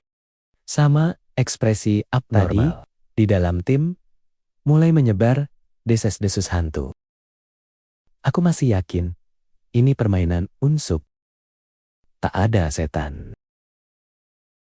Aku akan mengcaptain seluruh video pengintaian di tempat dan menganalisisnya dengan cermat sepanjang malam. Akhirnya, aku melihat sebuah truk kecil. White berlari ke daerah itu. Tapi, tak pernah di luar sana. Aku akan segera memberitahu kapten. Kau setuju? Aku akan mengantar orang ke komplek apartemen pengasingan untuk mengecek. Tapi, mobil itu sudah tidak ada. Satpam itu bilang, dia ingat mobil itu. Karena supirnya memakai topi. Rambut panjang yang menutupi wajahnya mencurigakan. Jadi dia memberi perhatian khusus. Dia bahkan menunjukkan STNK mobil padaku. Kucatat plat nomor untuk orang yang memeriksa pemilik mobil. Minta perlindungan lebih. Lihat apakah ada jalan keluar lain dari daerah ini. Dia berpikir sejenak, lalu teringat. Ada pintu keluar samping, tapi terbengkalai. Kusuruh kau memimpin. Gerbang samping dikunci oleh rantai besi. Tapi kupasang senter di tanah. Kulihat roda berguling. Rantai itu juga menunjukkan tanda-tanda terbuka. Tentu saja mobil itu keluar dengan cara ini. Di belakang gerbang ada gang terbengkalai, penuh sampah dan bau busuk. Keluar gang adalah jalan kecil di lingkungan lama. Bangunan itu akan segera bersih. Tak ada kamera yang berfungsi. Seorang polisi membenturkan tangannya ke dinding karena marah. Aku hanya menepuk pundaknya untuk menghiburnya. Suruh tim kembali. Mereka semua berat. Kakak-kakakku. Siapa yang tak sakit? Aku mendesah dalam hati. Hanya ada satu petunjuk, yaitu pemilik mobil. Dalam perjalanan pulang, polisi mengetahui identitas pemilik mobil. Mereka tinggal sekitar 5 km dari kamp. Tim segera mengubah arah dan berlari ke sana. Waktu telah larut malam. Kami menyesuaikan kartu polisi, cepat, dipimpin ke apartemen sekolah. Ia membuka pintu. Kakinya dibalut perban, wajahnya yang lelah. Katanya, kakinya patah selama setengah bulan. Hampir tak pernah keluar rumah. Dan memberikan kertas diagnostik dan CT scan padaku. Untuk membuktikan, aku bertanya tentang mobil dan kuncinya. Katanya mobil itu diparkir di basement. Basement yang gelap dengan banyak lampu yang rusak. Kutekan kunci untuk mengikuti bunyi bip ke mobil. Aku melihat lumpur dan dedaunan tersangkut di rel. Aku tahu mobil itu telah dipakai baru-baru ini. Kuncinya juga menunjukkan tanda-tanda tusukan. Pak polisi jelas-jelas tidak hadir dalam kasus ini. Membuka bagasi dan genangan darah merah. Kegelapan belum kering. Aku merasa jantungku berkontraksi. Itu adalah darah orang tua itu. Itu pasti. Kami segera mengumpulkan sidik jari dan ekstraksi video. Memantau ruang bawah tanah. Dan pada saat itu, ponselku berdering dan itu adalah si kapten. Suaranya serak. Mungkin kau tahu di mana orang tua itu berada. Ke gudang gaji nasional merah muda sekarang. Aku terkejut. Itulah gudangnya. Kutinggalkan 2 polisi yang menunggu untuk melihat video itu. Aku dan 2 orang lainnya bergegas ke tempat kejadian. Bulan pagi diselimuti awan gelap. Ruang mendung. Angin yang bertiup membuat lolongan seperti tangisan. Kami bertiga membawa senjata, menangani senter dengan hati-hati masuk. Pintu yang kuketuk terakhir kali masih berdiri. Kilatan senter hanya menunjukkan debu. Suara seorang polisi bergetar, entah ada hantu, kau. Aku mengernyit melawan rasa takut merendahkan suara dan menjawab, jangan bicara omong kosong, dan berjalan pelan masuk ke dalam. Cahaya menyorot, tiba-tiba sesuatu jatuh di bahuku. Aku membalas bau darah. Dalam senter, wajah berdarah muncul di depan mataku. Orang itu tergantung terbalik, di langit-langit. Matanya dilubangi, darahnya terus bocor. Jantungku berhenti berdetak. Kutarik napas dalam-dalam dan menyadari itu seorang lelaki tua. Kedua polisi di belakang juga bernapas dalam hawa dingin. Kuperintahkan dia turun untuk mewarnai. Setelah beberapa saat, kami menariknya turun. Aku menggigil dan mengulurkan tangan untuk memeriksa pernapasanku. Mungkin dia hanya pingsan karena kehilangan darah dan gegar otak. Kusuruh seseorang memanggil kapten dan ambulans. Segera. Lalu bulan bersinar melalui jendela. Dan polisi yang satu lagi menjerit-jerit. Mata dan kaki memandangi meja kayu. Kutoleh ke jantungku sambil menegang. Di atas meja, dalam cahaya perak, menaruh toples kaca kecil. Di dalamnya ada 2 mata yang mengambang. Ini seperti memandang kami. Ini adalah mata orang tua itu. Aku mengepalkan tangan menahan amarah untuk menggigil. Tiba-tiba dari sudut terdengar tawa aneh. Suara seorang pria, tapi sengaja memalsukan suara seorang wanita. Kau terdengar marah. Aku mengangkat pistolku ke arah kebisingan. Rekan satu tim mengancam lampu dengan cermat. Tawa berasal dari kepala boneka lilin itu. Punggungku dingin, masih berusaha melanjutkan hidup. Baru menyentuh jari-jari kakiku. Sebuah tangan dari tubuh boneka itu meraih pergelangan kakiku. Aku terkejut dan menendang boneka yang jatuh itu dengan keras. Aku meluncur menjauh. Di belakangnya, sebuah ponsel yang memancarkan cahaya berkedip-kedip keluar. Aku membungkukkan badan dan menyadari itu adalah ponsel si tetua, dan di layar orang yang dipanggil Yahi. Aku berhenti sejenak dan mengangkat telepon. Tawa itu langsung mereda. Hanya ada distorsi elektronik yang masuk melalui speaker. Raja memandang mereka seperti itu. Hahaha. Lalu panggilan terputus. Aku meninju dinding, berdarah di tanganku. Jelas-jelas Unsup itu mengincarku. Dia tahu ayahku membenciku, tapi siapa dia? Jika aku tidak mencari tahu, pasti akan ada lebih banyak orang yang mati. Ada peluit ambulans di luar. Aku menarik napas dalam-dalam, kembali keluar. Di depan Anda adalah kapten dan para medis. Mereka dengan cepat membawa tetua itu pergi. Aku seperti jiwa yang tersesat. Ikuti kapten kembali ke kantor. Baru saja pergi ke polisi yang bertanggung jawab atas video dengan senang hati yang telah menemukan tersangka. Kapten dan aku berlari kembali. Di layar, di gerbang parkir. Ada seorang pria berjalan kembali di luar sana. Sosok rambut panjang. Topi di persis sesuai dengan deskripsi perlindungan garnisun. Meskipun bentuk kasusnya telah ditentukan, masih menemui jalan buntu. Terlalu banyak pertanyaan penebusan dosa postur iblis bahwa kesenjangan harta nasional, mengapa pembunuh atau Unsup terjebak dengan dua hal itu.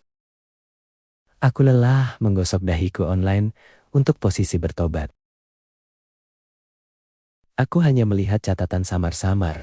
Itulah posisi meminta pengampunan dalam agama Buddha. Seorang pelaku besar biasa meminta pengampunan, menghindari pergi ke 18 tingkat neraka. Tapi gudang mawar nasional hanyalah gudang terbengkalai. Tidak ada data yang relevan. Aku pusing menggosok pelipisku. Aku tidak bisa menemukan koneksi. Nahkoda datang, mengetuk-ngetuk meja. Berkas perkara digantung Lin, kasus pembunuhan penyesalan. 10 tahun yang lalu, aku sudah menyuruh seseorang mengeluarkannya. Aku bangun, jantungku berdebar-debar. Membalik setiap berkas. Aku sudah membaca sebagian besar, tapi kali ini, dalam sebuah foto rapat investigasi tahun itu, mataku berhenti ada wajah familiar. Kukira kau sedang berusaha mengginggat-inggat. Di mana kalian bertemu? Apa yang ditanyakan nahkoda? Itu berkelebat di kepalaku. Wajah kotor tentara. Kutunjuk orang dalam gambar itu sebagai dirinya. Sang nahkoda memandang lekat-lekat. Aku semakin yakin 10 tahun yang lalu. Polisi terlibat dalam kasus itu. Mungkin dia menemukan sesuatu. Jadi meskipun pikiranku gila sekarang, sang Unsup masih belum tertahan. Tapi tentara panik. Apa kau tahu hal lain? Aku hanya bisa menghela napas. Meninggalkan ruang penyimpanan, tempat itu sudah menyala. Aku akan keluar membeli kopi. Telepon berdering dan itu bibiku. Baru saja menangkap telepon, ku dengar suara bergetar dan menangis. Ibuku di rumah sakit.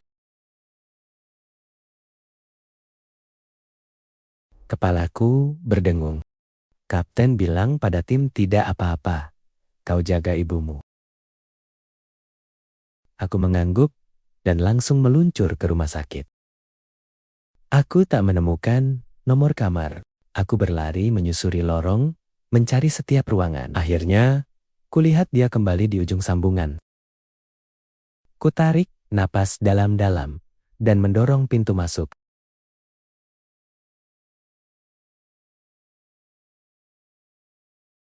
Tenang selamanya. Ceritakan keadaan ibuku. Sejak dia menghilang, semangat ibuku memburuk. Pada malam hari, dia akan membakar uang kertas. Ini seperti berbicara dengan seseorang. Ini konyol di siang hari.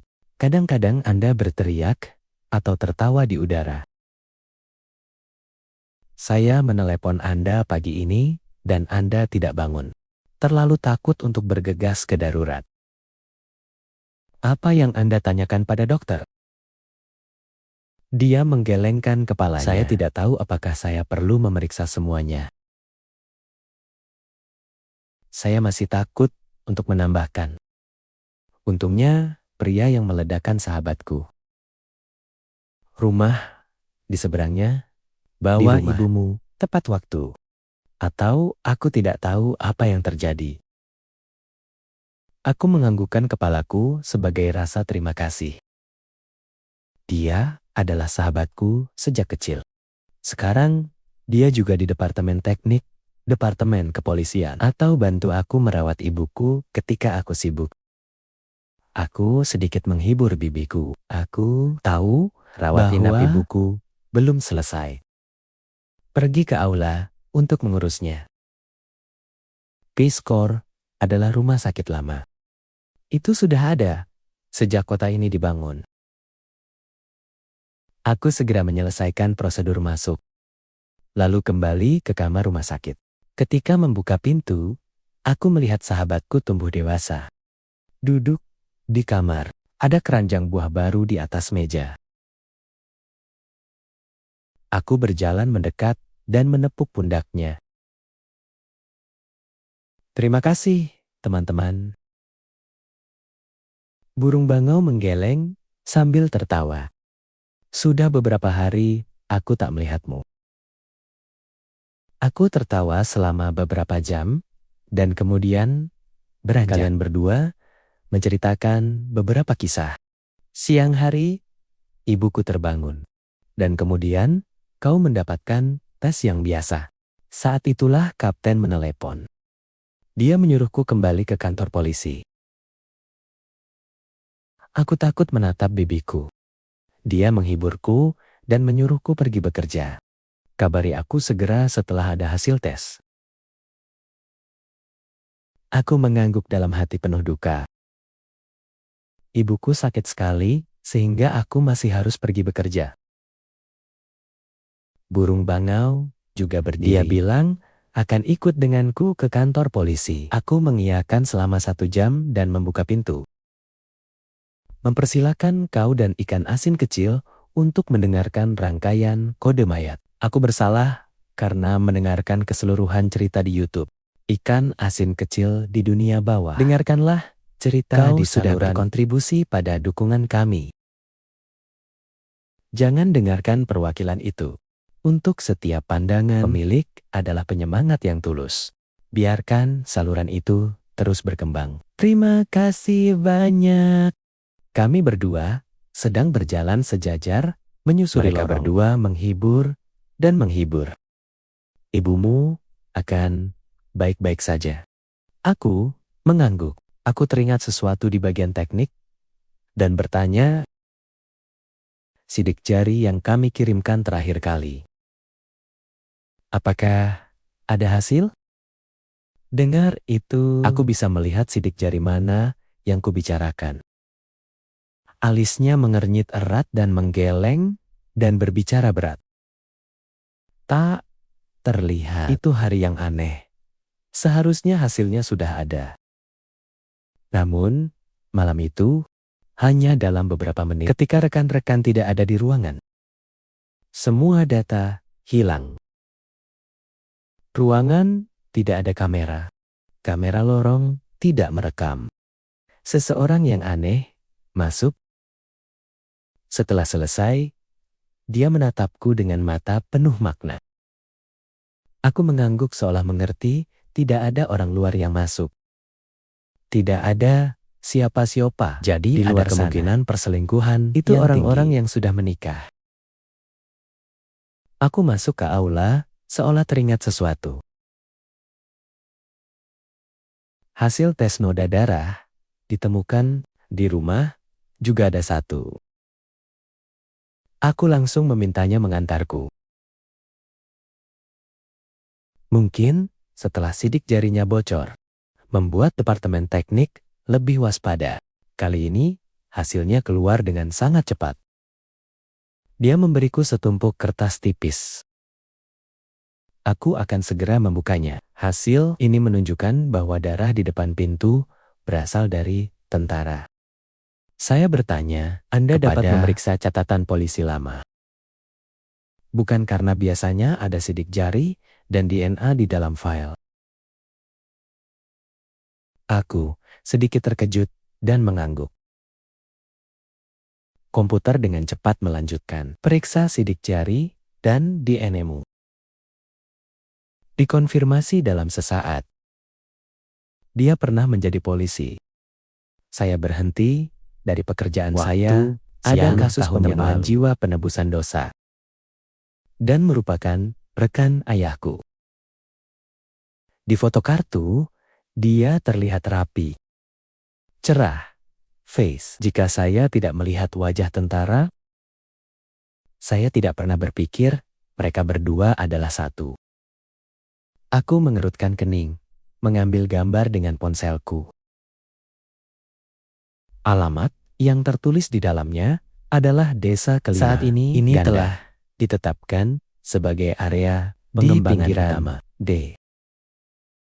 Tegakkan kepalamu. Aku melihat Derek itu menatapku curiga. Aku menepuk pundaknya. Setiap hari saudara-saudaraku pergi minum. Bawa laporan kembali ke tim. Saya menyerahkan hasilnya kepada kapten. Ketika Anda selesai, beri saya tugas ke Desa Kelima, investigasi ganda. Saya akan pergi ketika seorang polisi muda ambil dokumennya. Mereka mengatakan ada hasil sidik jari di truk pickup. Mereka bilang hanya ada sidik jari di dalam mobil dari orang-orang yang telah menyentuh kita, dan pemilik mobil bahkan tidak memilikinya. Aku mengangguk. Unsur ini berani, tapi sangat hati-hati. Berani meninggalkan darah, tapi tak meninggalkan sedikit pun bukti berguna. Petugas polisi muda mulai melaporkan kasus lain. Saya tidak mendengarkannya, tetapi memintanya pergi ke desa. Saat itu, sore hari ketika kami tiba, Kelima adalah area utama untuk pembangunan. Di sepanjang jalan, para pedagang yang ramai. Sesuai alamat dalam berkas. Kami masuk semakin dalam ke jalan tanah. Dan itu menjadi semakin kosong. Rumah semakin tua. Tanya tetangga terdekat. Ketika Anda mendengar kami berbicara tentang rumah mereka, wajahmu langsung berubah. Saya merasa tidak enak dan bertanya apa. Dia mengintip di sekitar pintu dan merendahkan suaranya.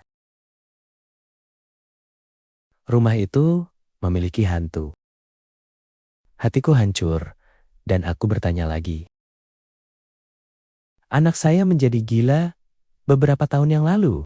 Ini sangat berat di rumah. Aku mendengar tawa setiap malam. Jeritan dan orang-orang di rumah menyerah pada penyakit. Pada akhirnya, hanya ada ibu tua dan bayinya. Anakku juga menghilang dari sana. Mereka menyuruhnya untuk membawa sesuatu yang najis bersamanya.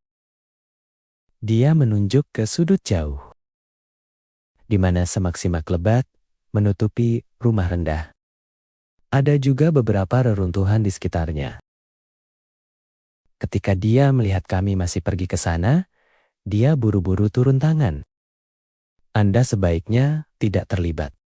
Sulit untuk masuk ke kotoran itu. Siapapun yang melewati rumah akan berisiko. Aku berterima kasih. Aku berbalik dan melihat pria tua dengan wajah pucat. Aku hanya menepuk pundaknya.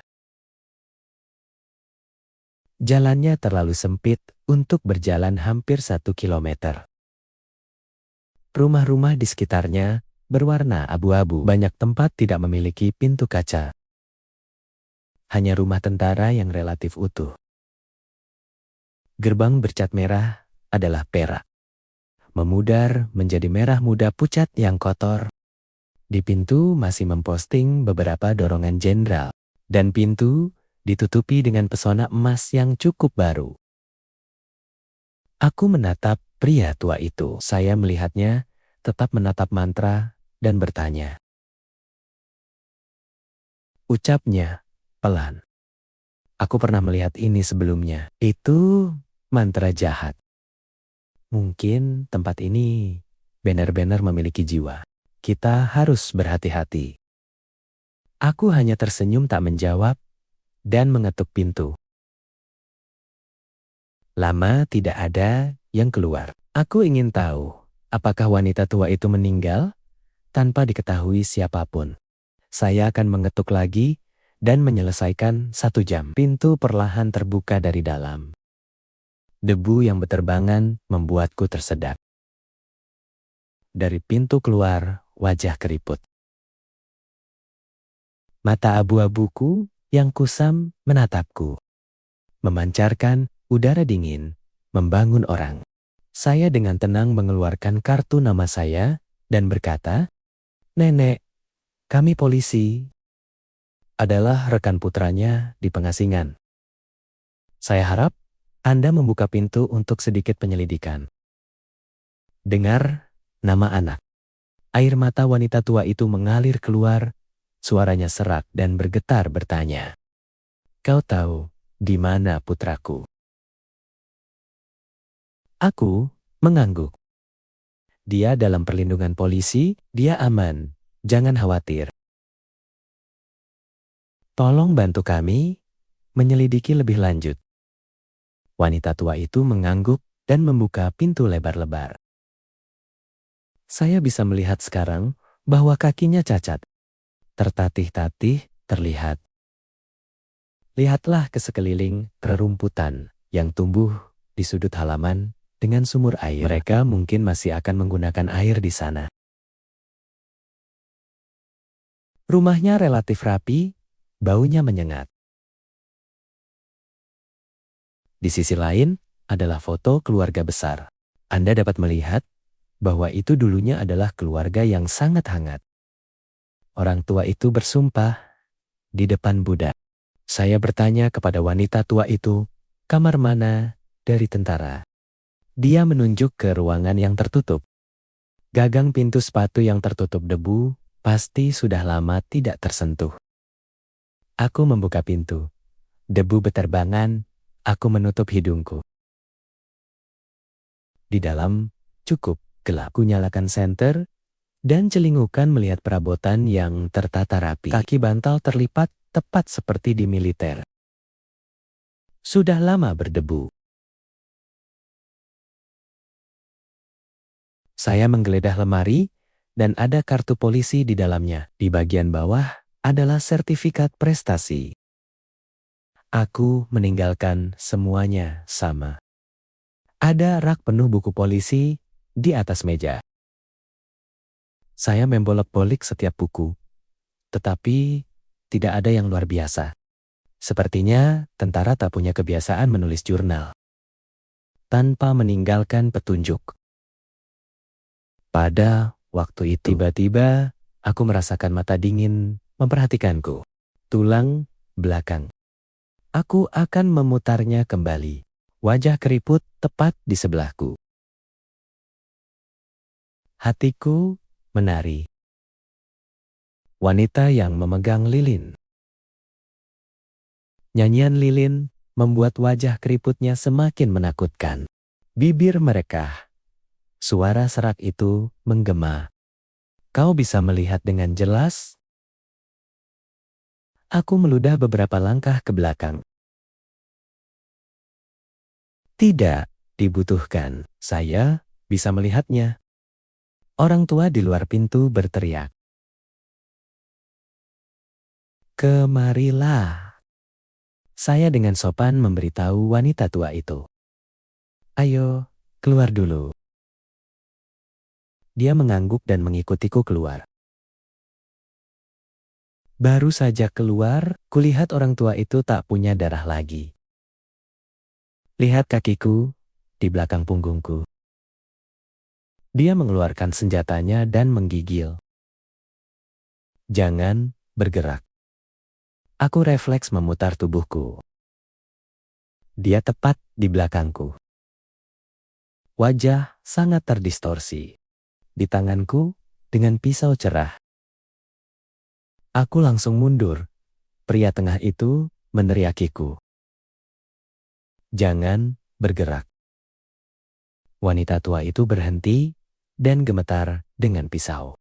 Diikat suara tinggi melengking dari tenggorokan. Di mana kalian sembunyikan anakku? Berpura-pura menjadi polisi, aku tidak terjebak kali ini. Aku segera menjelaskan. Di kepala berputar cepat. Kenapa sikapnya tiba-tiba berubah begitu banyak? Dia ditipu. Atau telah ditipu dari putranya oleh seseorang yang berpura-pura menjadi polisi. Apapun yang terjadi, tempat itu tak bisa lagi diselidiki. Aku menyuruhnya untuk meletakkan pistol dan mencoba menjelaskan kepada wanita tua itu benar-benar polisi bahwa hanya datang untuk menyelidiki. Saya harap Anda tenang. Setelah dia tampak sedikit lebih baik, kami segera mundur. Keluar rumah, kami berlari jauh untuk berbalik. Wanita tua itu tidak mengejar. Pintu setengah tertutup, setengah terbuka. Dalam kegelapan, aku melihat diriku sendiri. Aku menoleh pada pria tua itu. Apa yang kau lakukan hingga dia tiba-tiba seperti itu? Wajahmu hangat. Aku tidak melakukan apa-apa. Itu hanya foto keluarga yang tergantung di dinding. Anda harus menurunkannya dan melihat. Siapa yang tahu dia dirasuki iblis? Ia menatapku lalu mengambil gambar itu kembali. Selesai berbicara, dia menggunakan dirinya untuk menekankan dua kata kerasukan setan. Aku mengerutkan kening dan memarahi. Jangan bicara omong kosong. Dalam pikiranku dengan cepat terlintas spekulasi. Foto keluarga itu mungkin bermasalah. Aku tidak bisa kembali untuk memeriksa sekarang. Tunggu sampai dia lebih tenang. Bisa menyelidiki lebih lanjut. Kami pergi ke rumahmu. Tetangga saya menunjukkan jalan sore ini. Aku meninggalkan nomor teleponku. Terima kasih. Jika ada yang aneh di rumah wanita tua itu, segera hubungi aku.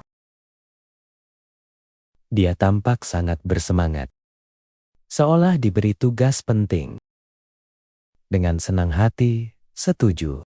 Pada saat kami berkendara kembali ke stasiun, hari sudah gelap. Ayo makan sesuatu. Saya menyapa kapten dan pergi ke rumah sakit. Baru saja masuk ke kamar rumah sakit, saya melihat pria yang duduk di telepon. Aku melihat sekeliling dan bertanya, "Di mana bibiku?" Derek berkata, "Saya pergi keluar untuk membeli beras. Saya datang untuk menonton sebentar." Aku melihat beberapa kertas di atas meja. Pertama, nama ibuku. Ini mungkin pemeriksaan kesehatan. Saya datang di belakang saya untuk mengambil kertas. Dengan cepat, ia mematikan layar ponsel. Ini sedikit tersembunyi. Aku langsung curiga. Langsung tarik lelucon derek leher. Apa yang kamu lakukan? Menyembunyikan bahwa kamu punya pacar? Bangau yang memerah itu menyeringai Canggung. Reaksi itu membuatku semakin yakin. Aku tertawa dan berkata, "Tolong perkenalkan aku padamu suatu hari nanti." Ia mengangguk seolah mengakuinya. Ketenangan normal dan sedikit bicara. Ini sebenarnya tipe orang yang sedikit di bawah tanah. Tidak banyak bunga. Aku dan dia akan menikah, dan dia masih lajang. Sekarang setelah saya melihatnya, saya gak yakin. Pikirkan tentang dadaku, tiba-tiba mayatnya belum ditemukan sejauh ini. Aku menggenggam tanganku erat, berusaha menekan emosiku. Dia menepuk pundakku. Saya akan pergi ke depan. Jangan terlalu menekan diri sendiri. Aku mengangguk. Aku melihatnya meninggalkan ruangan dengan tas hitam di kursinya. Aku duduk untuk melihat hasil tesnya. Kesimpulannya adalah, ibu saya mengalami ketegangan saraf yang berlebihan. Saya langsung ingat, ibu saya membakar kertas kuning setiap malam. Dan mengoceh. Merasa semakin gelisah di hatiku. Sesaat kemudian, bibiku masuk membawa 2 kotak nasi dan senang sekali melihatku. Kembalilah, bangunkan aku untuk makan siang. Aku terbangun dan membantunya makan. Aku takut tak bisa begadang semalaman. Ia menyuruhku mengambil beberapa pakaian untuk ibuku. Aku akan tetap berjaga malam ini. Aku mengiyakan dan pergi ke rumah bibiku untuk mengambil barang-barangku. Aku baru membuka pintu dan ternyata tidak terkunci. Gelombang kewaspadaan. Aku terburu-buru dan lupa menguncinya.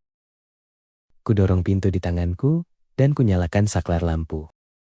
Kututup pintu dan menyadari ada yang tak beres dengan pintu. Basah, kuyup. Kunyalakan lampu dan melihat sekeliling rumah. Dan tak ada jejak kaki, tak ada yang terganggu. Aku mengernyit dan kembali menatap gagang pintu. Aku tak bisa mendapatkan sidik jari karena basah. Mengecek perabotan masih utuh. Aku segera mengambil pakaian yang diperlukan. Mengunci pintu dengan hati-hati. Sebelum aku pergi ke rumah seberang berkat Derek, jika kalian mendengar suara aneh, kabari aku segera. Setelah selesai, aku kembali ke rumah sakit.